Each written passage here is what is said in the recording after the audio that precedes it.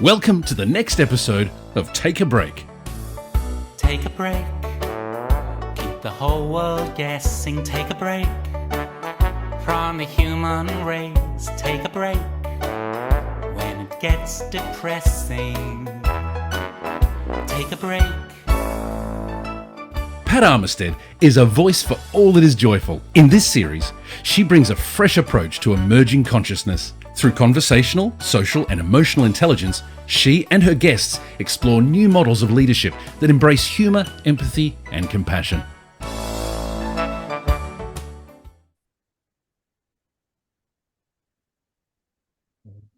It's my pleasure today to be interviewing Denby Sheather. We've come to know each other this last 3 years, I think. Funny that. And just by association, mutual friends. And I'm just delighted to be able to ask you a range of questions today about your new book. Correct me if I'm saying it wrong, but SPIRITYOUREALITY. Is that how you're phrasing it? Yes, right. So at the outset, Denby, can you just tell us a little bit about what's been your practice? What's your working practice? My working practice and as a work in progress myself, certainly for the last couple of years. My practice shifts a lot, but essentially for people who are new to my work, I've been doing yoga therapy and shamanic energy healing for close to just over 20 years actually. So I started off even before that in the film industry of all things as a hair and makeup artist, and did that for 17 years and then had a car accident, couldn't work, got out of it, got into natural therapies and started studying massage and alternative medicine and then yoga, of course. And that's what pretty much, that was my midlife crisis, I suppose, around about the age of 30. And so since then I've been working in different therapies and different clinics and then working for myself. And then the writing has always been something that I've wanted to do and that have sort of, I don't know about many people be able to relate to this. I've got like journals, like boxes full of journals at home and diaries. I've always been one of those, I've got to write it down. I can't even use to this day my iPhone to take notes. It feels too weird. I have to write something down physically. So that was always a natural expression and something that was happening for me anyway. And certainly in the last couple of years, with everything that's been going on in the world, I was wanting to keep a record, not just for my own sanity, but also for my practice with my clients of helping them understand what was going on, what was happening with their bodies, what was some of the information that they were asking me for. So I went down my own rabbit holes and that sort of became a bit of a practice for the last couple of years that you'll be able to relate to as well. Yeah. When things just didn't feel right in my body and in my psyche, and I was just sort of scratching my head going, I need to go a little bit deeper and understand what this is. And that's really probably the essence of what the word practice is doing something on a regular basis and till it becomes second nature, or as I say, becomes first nature again. So trying to walk my talk and speak my truth with love as often as I can through the healing, the yoga, and now the writing. Yeah, lovely. I haven't completed reading your book, but I've read around about the first half and then some segments through the rest, as I just didn't get the time to complete it, but I will. Sure. I was fascinated at the outset to see the foreword that was written by Hannah from the mountains of Andalusia. Please tell us a little bit about her, because it was like it was just a golden light in. It just felt so beautiful. She's a divine spirit, absolutely beautiful woman. And I'm so blessed to have met her and interviewed her quite a few times and become friends with her. She's an activist. She's a medicine woman as well. So that's how we initially connected. She came out quite forthright at the beginning of all the things that were happening in 2020. I'm going to use code words here just so we don't get censored in any way. And I watched pretty much all of her videos and was just instantly like, wow, how incredible. And she's been doing all the Shipido medicine practices for many years as well, and was talking about nature's principles and all the sorts of things that I was. So I reached out to her and we connected.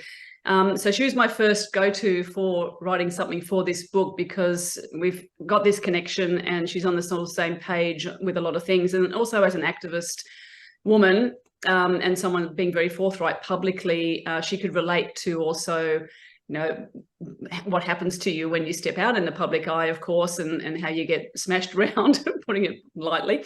So yes, her introduction is just absolutely beautiful, and I'm very honoured that she's penned what she has. And she, of course, is, you know, traveling the world now and speaking to more people and educating people as well from that space of sovereignty, and trying to encourage them to remember who they are and stand in that truth. So it's a beautiful introduction to the book, and yeah, if she's listening or watching this, I'm sending her lots of love. Lovely. Early on in the in the book, you said you had reached a point where I don't mind what happens next. Can you expand on that? Yeah, Krishnamurti, the yoga sages, although I do have a chapter in the book saying get rid of your guru. And of course, all of us who have been on a spiritual journey, we all started with reading all the self-help books and following all the gurus and all that sort of stuff. So I'm not saying that to people not to do that, of course, but we all reach our own point of where we have less reliance on somebody needing someone to tell us what to do and how to be. So, but in the beginning stages and our fledgling stages as spiritual seekers, then that's also really necessary to get that support and that knowledge. So, but Krishnamurti is, yeah, I don't mind what happens next. As in just the practice of non-attachment to whatever goes on in the world. And I go into this in the book, obviously, in depth from the spiritual perspective, but also just on the 3D level of, like, the more attached we are to what might happen that hasn't happened yet keeps us in a state of anxiety. And then what our brain will tend to do, and I'm not a psychologist, but from the understanding of energetics, our brain will start to go, well, when was the last time that this happened in the past? And then we'll just use the past as a yardstick to make another informed decision to move forward. So both the past and the present stop us, the past and the future stop us from being in the present in that moment. So this has been a huge journey for me, Pat, and I'm still on that trajectory of really embodying it, but it landed from my head into my heart in the last couple of years, where I'm actually like, and you've seen this with me too in the last couple of years, how forthright I've been and how outspoken and reactive and in my anger and all my fear and my panic, like everybody else. And I feel like I've come a few circles around to this point now where it's like, that's just going to happen. I have to protect my own field and stay nice and calm, or as calm as I possibly can, and then focus on what is the best frequency for me to embody and then resonate so others can possibly see by default what that's like to be non-attached to anything external. And that's probably the essence of all yoga and meditation and spiritual practices, is that looking within and finding, as I say, that space of being the eye of the storm within yourself. And not minding, like literally not minding, not being in the head about what's happening next. And also like, oh, that's interesting. So what's the next thing? Just detaching from that as much as we can. I think it's really important for our mental, physical, spiritual, and emotional health on all levels. I know for myself, it's probably been my hardest task to consistently be in that space and maintain it without incredible endeavour behind it.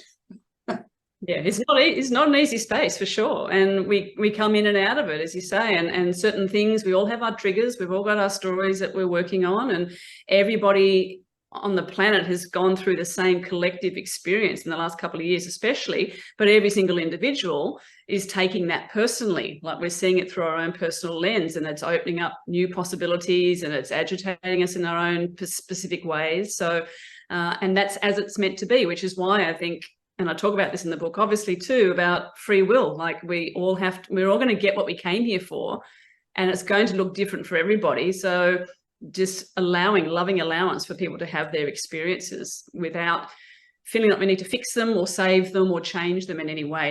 It is a real challenge for sure, because we don't want to see people being hurt, of course. Yeah. In chapter 3, you talked about or you stated, the opposite of courage is not cowardice, it's conformity. Can you expand on that? Because I love it. Yeah, well, conformity, acquiescence, to the extreme, slavery, just staying stuck in the mainstream, in that, on the cattle track. To be courageous, or to step off that track. I'm a country girl, okay, so just from that perspective of like watching the cows go down the track every day, even when we call them, they'd all go single file, and they had their own little hierarchy where the older cow would come first, and then all the young ones trailing behind. So it's very rarely would any cow actually step off that track unless they were pushed off by another cow, or they were coming from a different direction in the paddock and they wanted to join the group or whatever.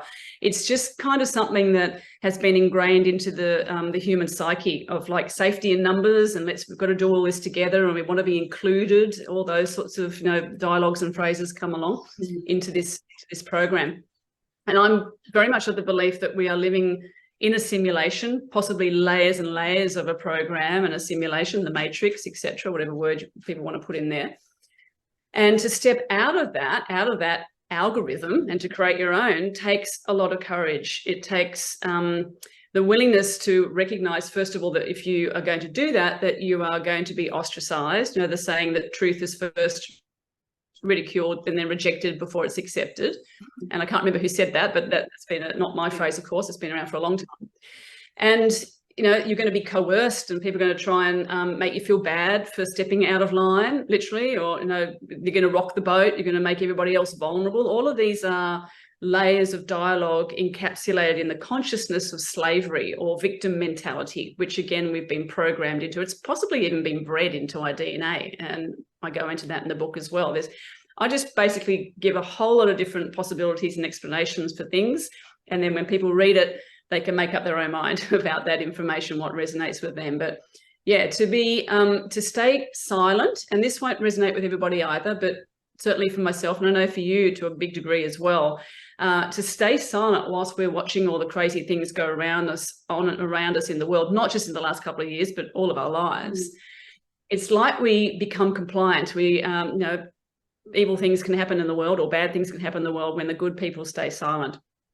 And those people, as history has shown, usually end up, hanging from a tree or suicided somewhere or locked up in jail for, being brave enough to speak out. So the sense of conformity, I think, again, we all need some sense of structure, and I know I certainly benefit from that. And we want to be included, and we are a species of humans that rely upon that village mentality and sustaining one another and supporting one another. So there's always the light and the dark aspects of these ideas as well.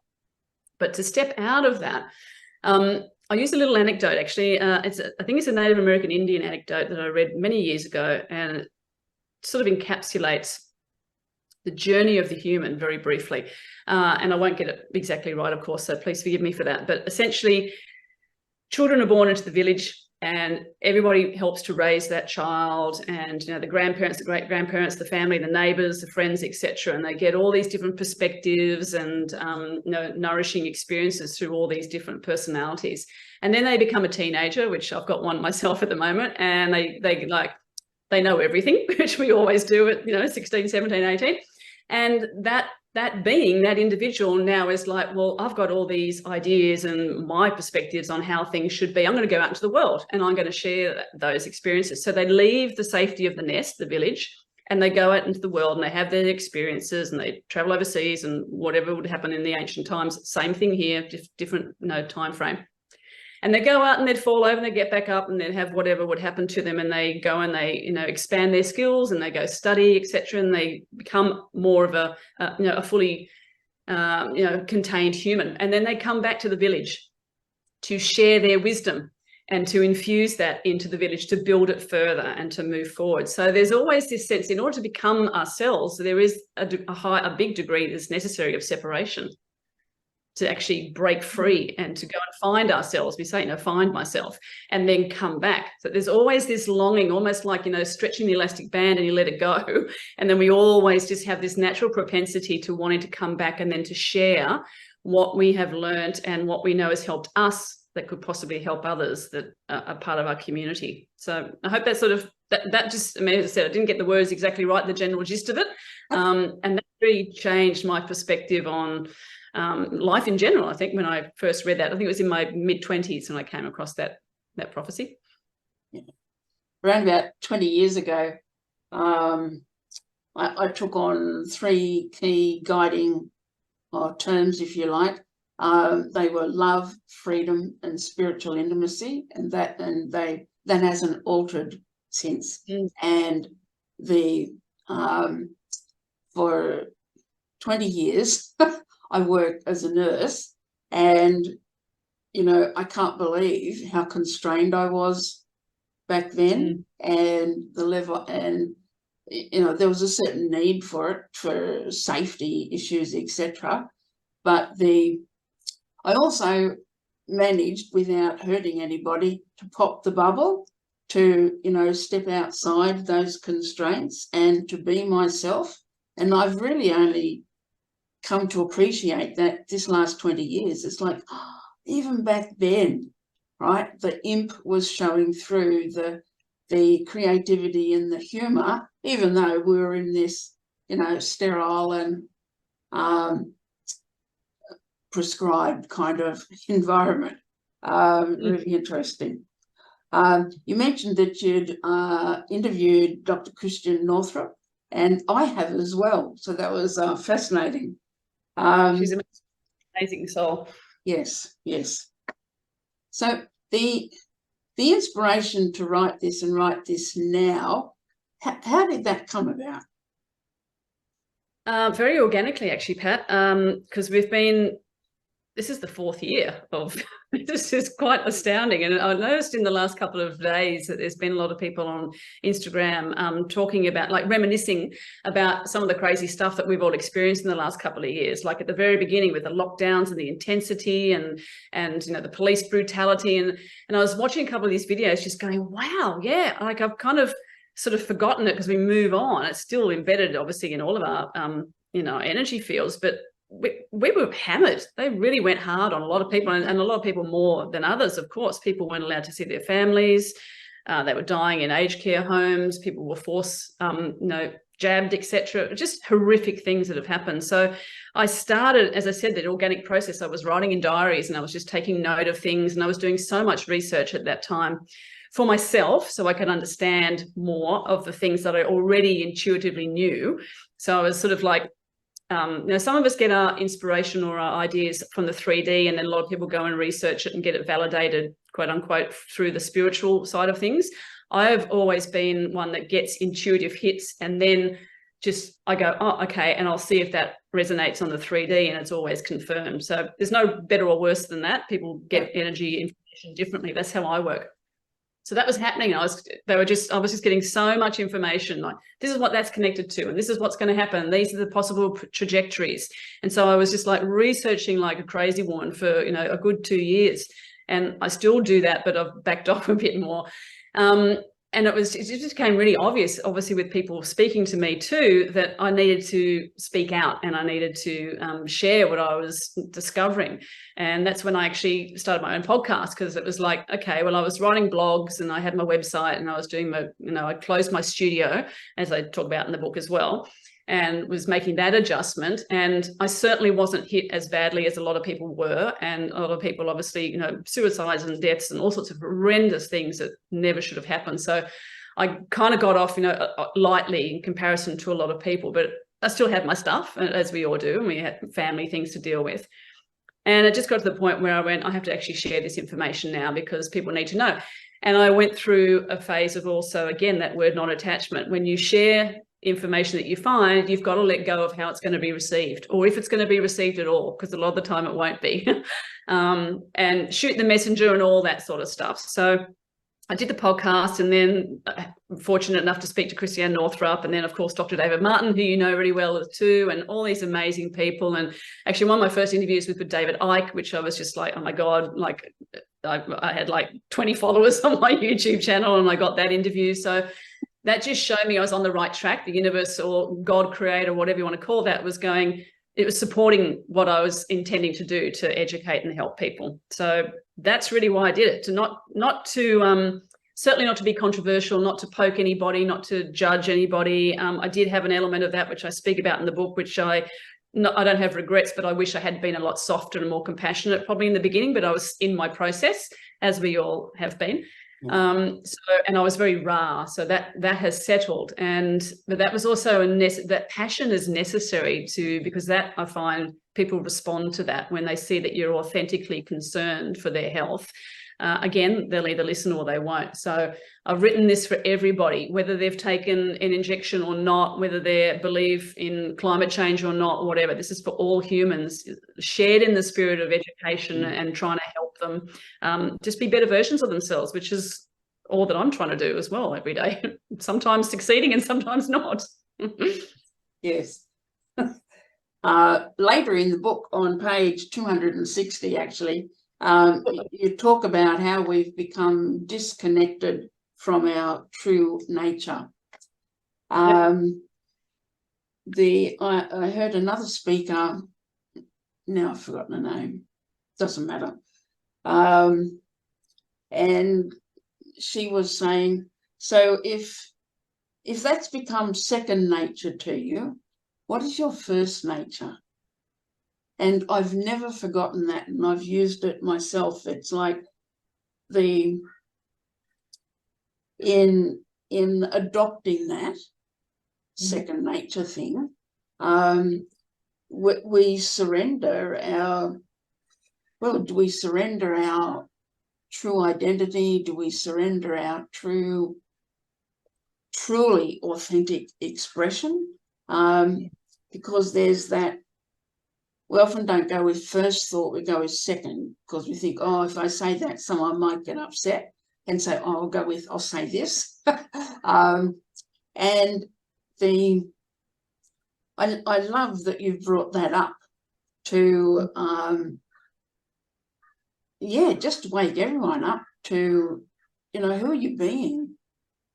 Yeah, it's a big topic, and second opinions, second guessing ourselves, all those sorts of phrases and dialogues are tributaries of that seed. I see that as a deliberate program, some sort of insinuation into the collective consciousness, because our first nature, and that couldn't have happened to the degree that it has now, of course, unless the powers that be, the evil whatevers, the entities, the Watiko, all these things, managed to successfully separate us from our true nature, as you say, which is realizing and recognizing that we are made of the same elements of the animals and the plants and the beings and every other creation on this planet, and we share the same consciousness. And again, it's that village mentality, isn't it? That the community, when you hurt someone in your community, you're hurting yourself, and vice versa.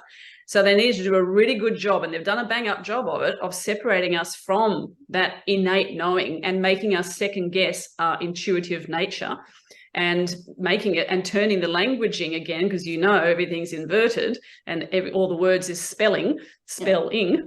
That now we're like, oh, it's second nature, where it's not. Your intuitive nature is like, it's those moments when we go out for a bushwalk, for example, and if you do it barefoot or you're in tune, everybody has this. You go on a holiday and you just suddenly, you're a part of nature and you appreciate everything, and your nervous system relaxes and you just feel at peace. And then we go back into the urban jungle and concrete buildings, etc., and disconnect ourselves again, because we've been told that that's life. that's what we have to do to succeed, and that we need all these things, and we don't. I mentioned in the book, we need food, shelter, love, and connection, and water, obviously, too. But I mean, it's been a centuries long. I don't even know what the word is for that. I mean, it's a program. It's it's a mission to separate humanity from its innate knowing as itself, as source. And then you want to layer that with religion and all sorts of other things, which I go into the book too. There's lots of different ways that has been done. But essentially, if you are connected to the impulse that is that vibration, that is the essence of life, and the creation and the birth and the death and the regenerative cycle that we see with each season, that we see with, you know, when we die or we're buried in the earth and we disintegrate and we go back into those elements, and you accept that as a part of your natural state, and you're not afraid of dying. This has got a big part of it as well. Everyone's been taught to fear death. You can't avoid death. It's coming for us and all in some way, and some of us faster than others, depending on what we do to ourselves to accelerate that. So the true nature of yourself is just that recognition that you are not separate to anything else or anybody else or any other being, even my dog snoring over here in the beanbag. And like, we're all made of the same essences there, and you know, different expressions. And I don't have all the answers, Pat, obviously. I'm not a, you know, philosopher, and I don't put myself on a pedestal going, what I say is, you know, absolute truth. Again, people will take what they need from this book and leave what they don't. But where I come from is that when you are not separated from that nature environment externally, then you embrace it on the inside, and you're not separating yourself from all the different elements and aspects of yourself, then you're not going to fall for something that is a synthetic version of that's presented to you. Mm-hmm. In coming to a close, is there one thing that you would like to say that perhaps, I know it's a big book. It's 300 and how many pages? 320? Well, the ebook is 500 and something. Obviously, it's a Kindle, so it's smaller pages, obviously. But the paperback on Amazon is 342 or something like that. Yeah, so it's a significantly sized book. So it's so comprehensive. So a bit hard, I know, to kind of draw down and, you know, just give one capsule to be leaving the audience with. But what do you think? In a nutshell, it's, as I said, it's written in the spirit of education, and also to inspire people to remember who they are and to find the courage to speak their truth. Now, that's going to be different for everybody. That might just mean that they're speaking up within their marriage and speaking about what they want and what they need, and having conversations like that, to speaking to the family or speaking to a community and being more of a forthright being. You can only really do that if you already have a high degree of self-love, self-respect, self-care, and you're not attached to how people are going to receive whatever that is that you have to share. You're just doing it because you have to. As we said at the beginning of this conversation, I can't not say these things. And I think that's the gift I joke about, you know, of perimenopause, of moving into this phase of life where you can say things and you're not so attached to what other people are going to say or do around that. So the essence of it is to ask as many questions, to always reflect back inwards to see what, how you're moving. If you're moving from anxiety or stress or fear, is that yours? Is that something you can work with to clear and to embrace and resolve? Or are you just ping-ponging off other people's stories like that? And are you following that cattle track just mindlessly, because in subconscious way that just makes you feel safe?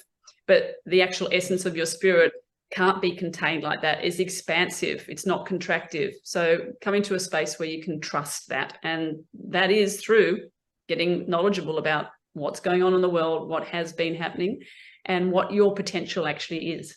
Yes. I hope that articulates it. Okay. So how can people connect with you and gain a copy of the book? Yep, great. I've managed to get it up on Amazon, so it's an ebook and also a print paperback.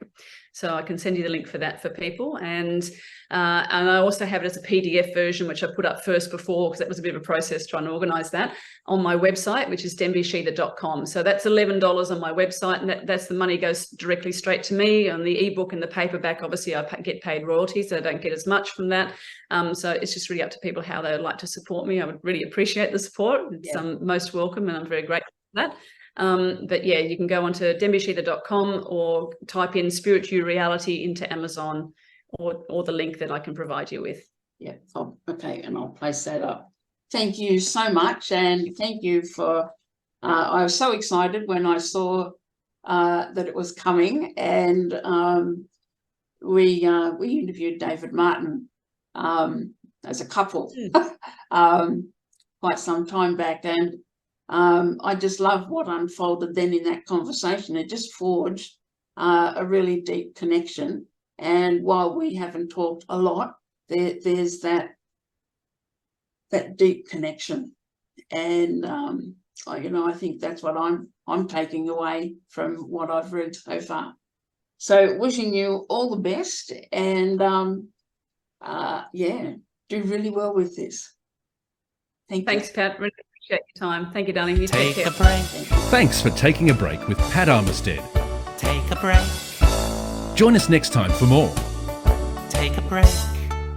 And be sure to like, share and subscribe for updates. And don't forget to click the bell for notifications. Bye for now.